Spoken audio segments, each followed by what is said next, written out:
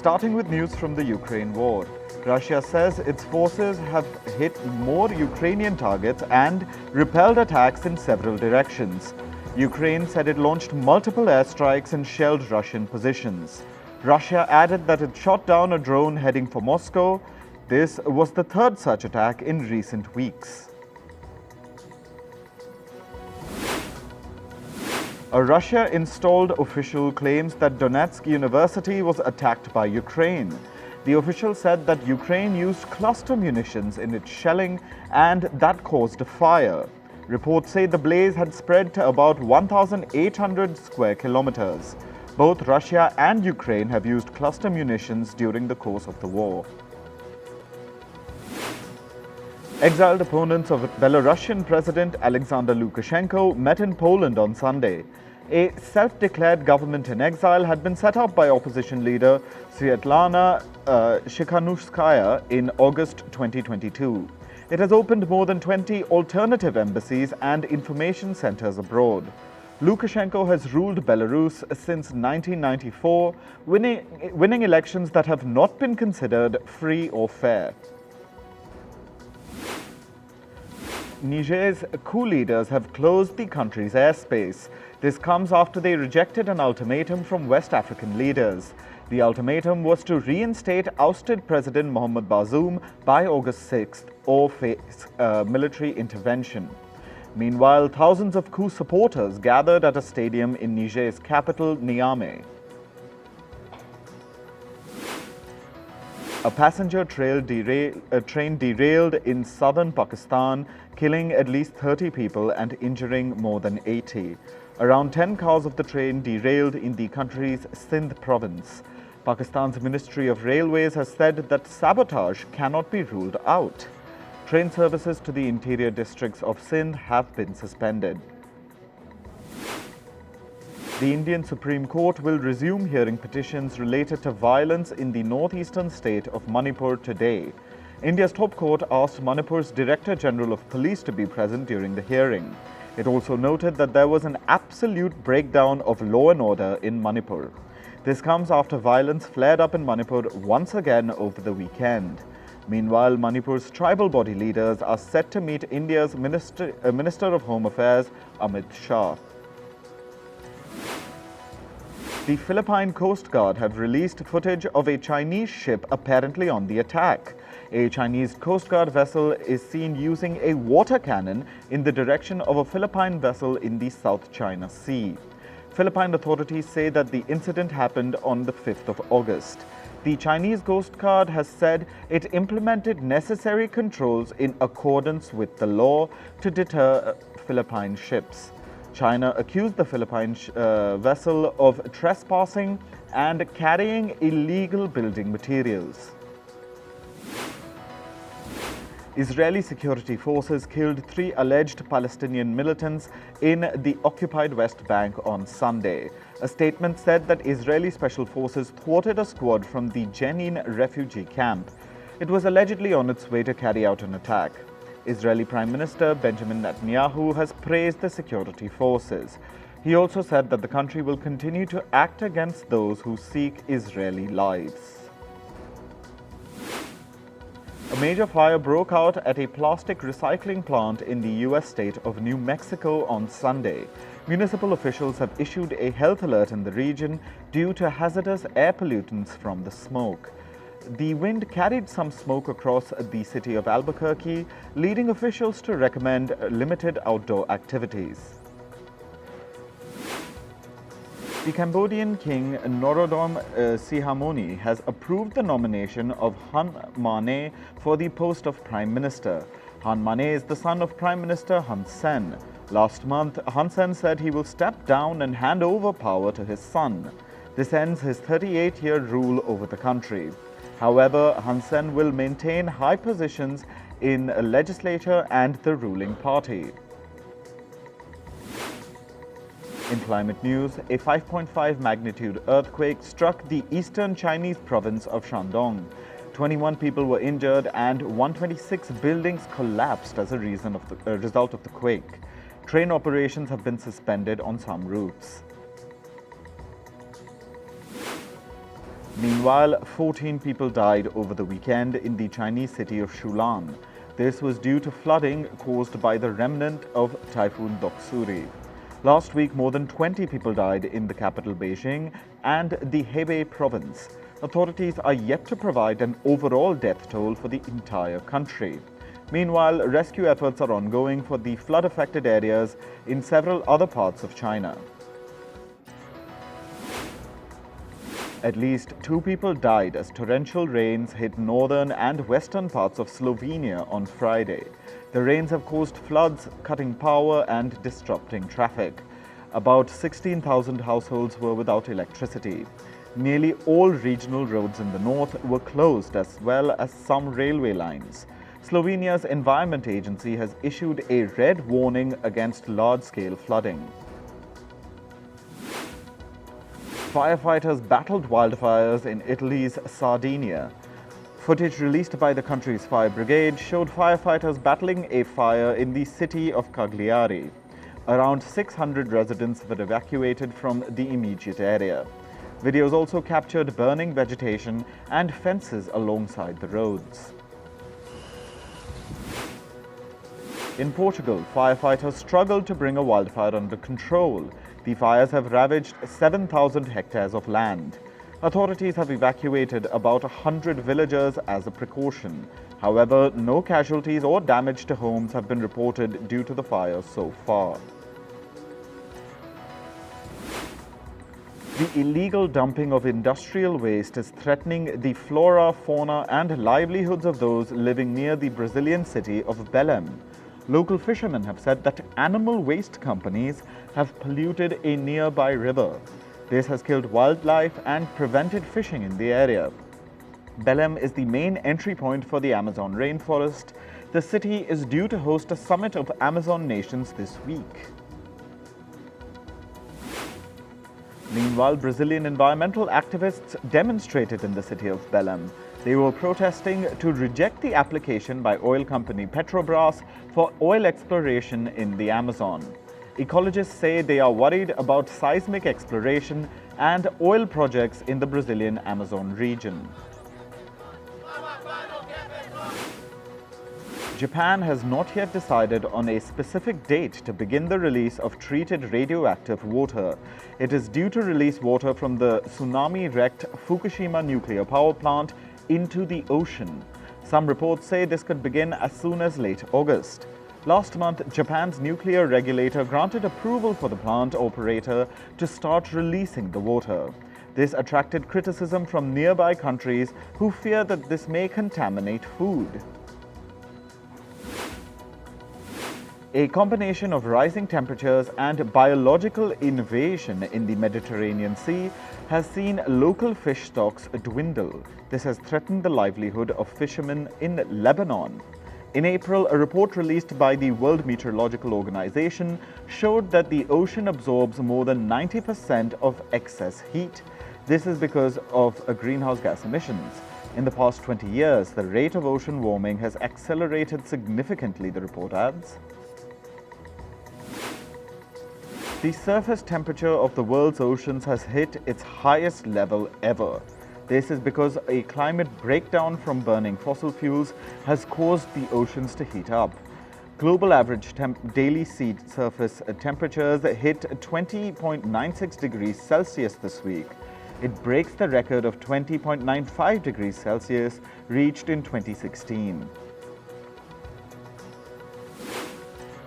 Now to business and tech news. Reports say financial firm UBS is poised to make sweeping changes to the senior ranks of its investment banking divisions. This will affect positions globally. The changes are broad and involve several deal-making groups. This may include healthcare, consumer and retail, and equity capital markets. Under the shake-up, some Credit Suisse bankers may take on bigger roles in the combined company, and some others may leave. Meanwhile, some UBS bankers may also leave the firm as a result of the reshuffling. Australia has introduced new rules on tax advisors. It'll toughen penalties against the promoters of questionable tax schemes. The country will raise the maximum financial penalty for promoting tax exploitation schemes. The penalty can now go up to $510 million. This move comes in response to a scandal over the use of leaked tax documents. The Australian unit of financial firm PricewaterhouseCoopers has been implicated in the tax scandal. Amazon has said it will launch a credit card offering in Brazil. This will be in partnership with Brazilian lender Banco Bradesco SA, which will manage the card's credit risk. The card will be powered by payments giant MasterCard. The launch is set for this Tuesday. Meanwhile, the US workplace safety regulator has accused e-commerce giant Amazon of toxic work conditions. It has accused the company of imposing heavy production quotas and failing to provide proper medical care. The regulator has said that workers at Amazon's New Jersey warehouse suffered bodily stress. This has led to muscular disorders and neck and back injuries among Amazon workers. Reports say US President Joe Biden is expected to issue his long-awaited executive order on China early next week. The order is expected to target US private equity, venture capital, and joint venture investments in China. It will target investments in the fields of semiconductors, quantum computing, and artificial intelligence. This is to prevent US capital and expertise from developing technology that would support China's military modernization. American cryptocurrency exchange Coinbase has asked a US judge to end a lawsuit against the company. The suit was brought by the US markets regulator, the US Securities and Exchange Commission. The lawsuit accuses Coinbase of violating US federal securities laws. However, the crypto firm has said the SEC had no authority to pursue its lawsuit. Coinbase says that this is because the digital assets and services it objected to do not qualify as securities. A security is referred to a tradable financial asset. Coinbase and other industry players have been adamant that most cryptocurrencies do not fit the definition of securities under US law. Japanese automaker Toyota and its partner Pony.ai are planning to mass-produce Robo Taxis in China. The two companies will make a combined investment of more than $140 million. In 2019, Toyota first teamed up with Pony.ai to accelerate the development and deployment of autonomous vehicles. Since then, the Japanese automaker has invested hundreds of millions of dollars in the company.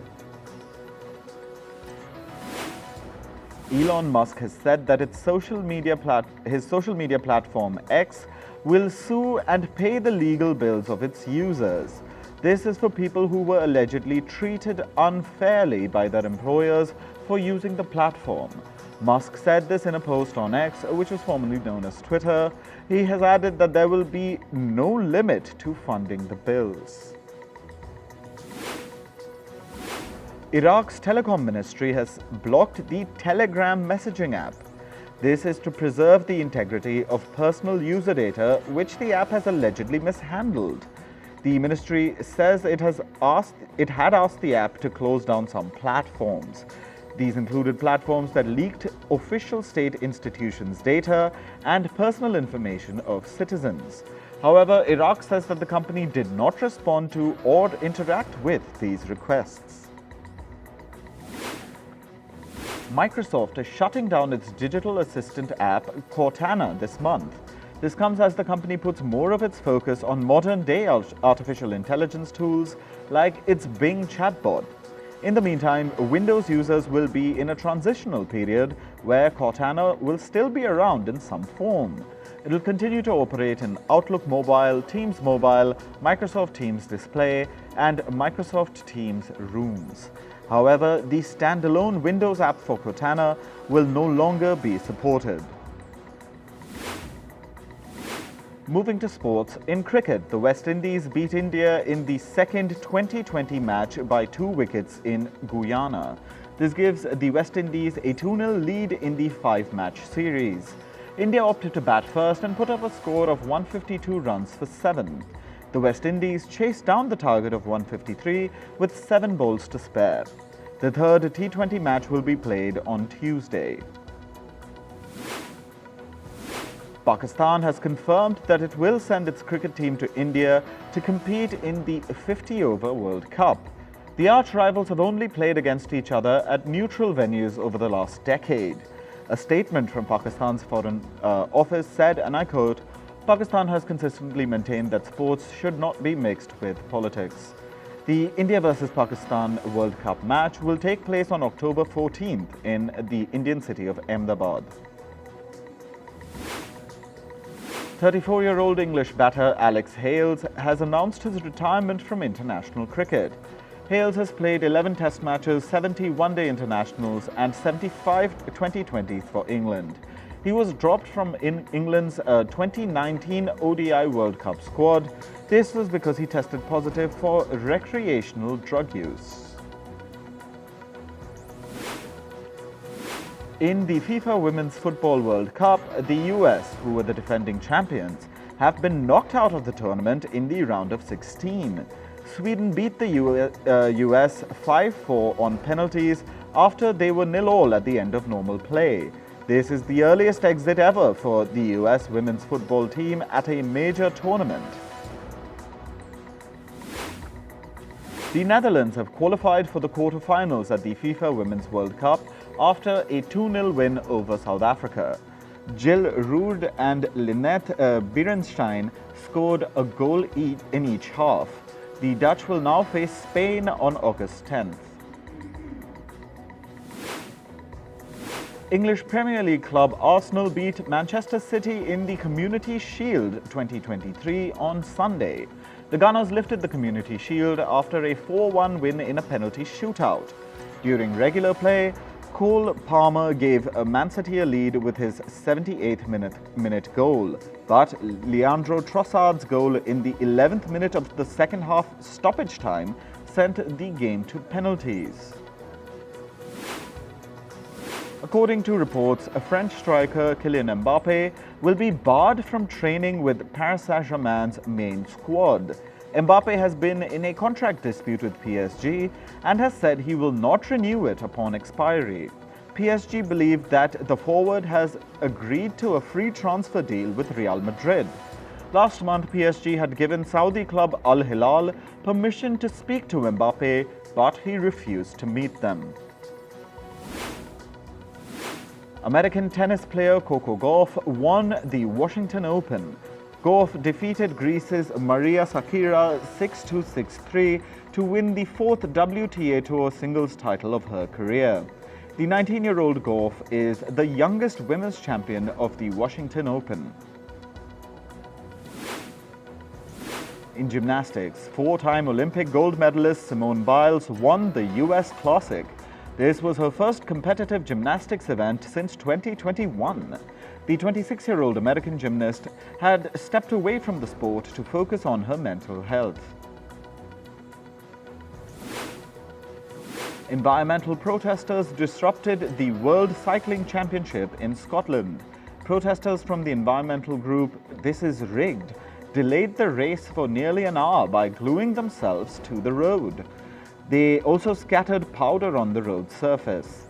At least 5 protesters were arrested for blocking the road between Edinburgh and Glasgow.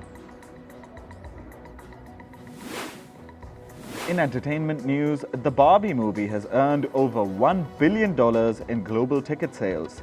It has become the first movie directed by a woman to reach this milestone. The movie made $1 billion in just over 2 weeks of its debut. The film, starring Margot Robbie and Ryan Gosling in the lead roles of Barbie and Ken, made $53 million in North America this weekend. The Writers Guild of America has introduced new demands that could extend the Hollywood strike further. The demands include a healthcare benefit extension. It would give striking writers more time to qualify for health coverage that they may lose because of a lack of earnings.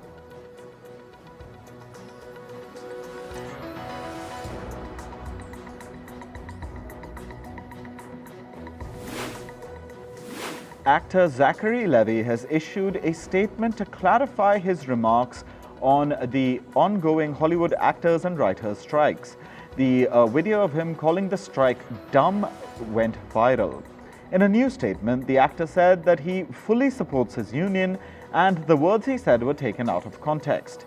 Levy added that he is an outspoken critic of the exploitative system that artists are subject to.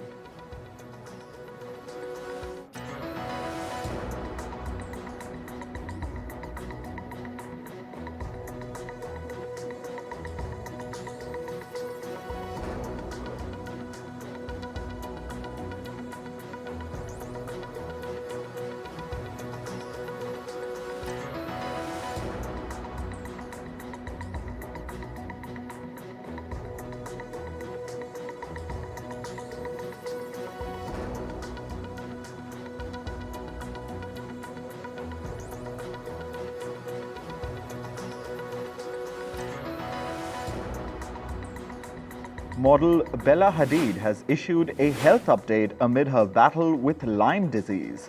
She thanked her mother, Yolanda Hadid, for keeping track of her medical records and sticking by her. Yolanda Hadid herself opened up about her battle with Lyme disease many times. She was diagnosed with the disease in 2012 when she was filming Real Housewives of Beverly Hills.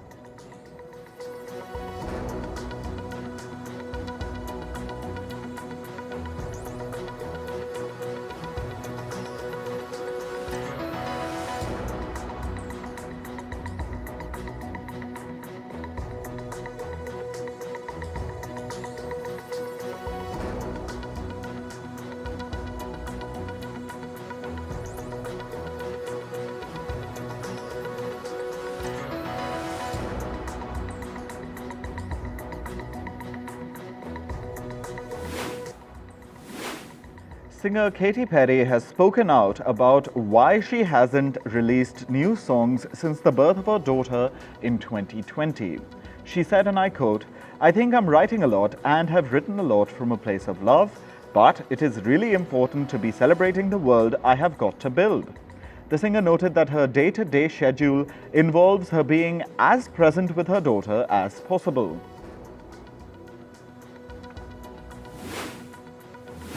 Director Louis Leterrier has opened up about scrapped plans to make a sequel to the 2008 film The Incredible Hulk. Leterrier said that the Hulk is a complex character within the Marvel Universe. He added, and I quote, "You want the primeval Hulk, the Rage Hulk, and then when you go to a Grey Hulk and Smart Hulk, you get a little bit more kiddish with it."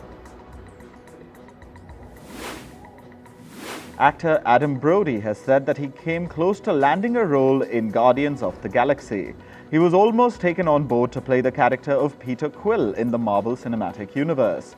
This was before actor Chris Pratt was cast for the role. Brody added that Pratt was bigger, stronger, and he really dug it.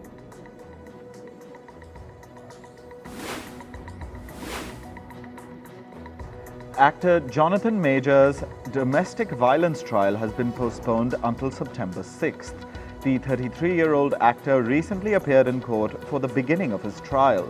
He has been accused of misdemeanors, including assault. He is likely to face a sentence for up to a year if convicted. The actor's attorney said he was unjustly arrested and suffered at the hands of the accuser.